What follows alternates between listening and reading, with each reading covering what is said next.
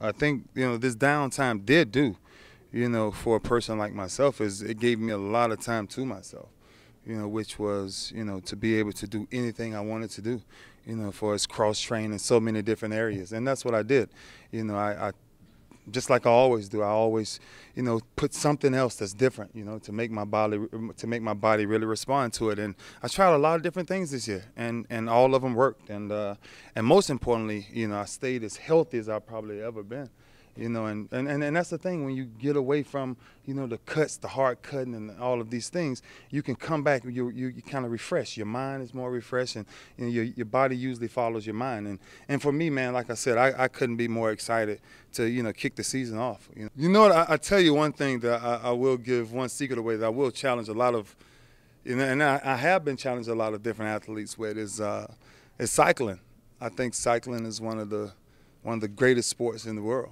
I just the respect on what type of cardio shape that gets you in with low impact.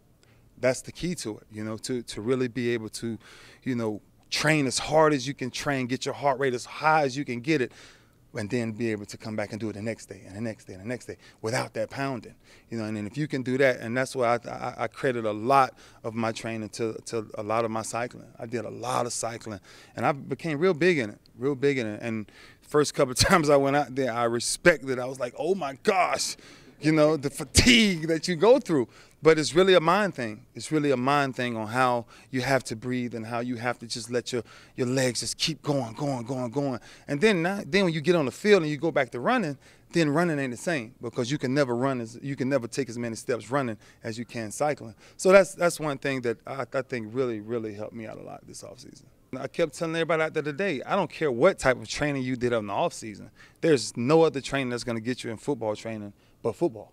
That's it. No other training can prepare you because, you have to react to everything on the move. Nothing is predetermined and things like that. And when you see the way we bounced around today, just looking at all of these guys who's back and things like that, you have to be excited. You have to be excited on where we're going. We don't have a lot of guys in camp right now, so we understand that. But the guys that we do have in camp, the veterans that we do have, the bounce in our step that we have is very exciting.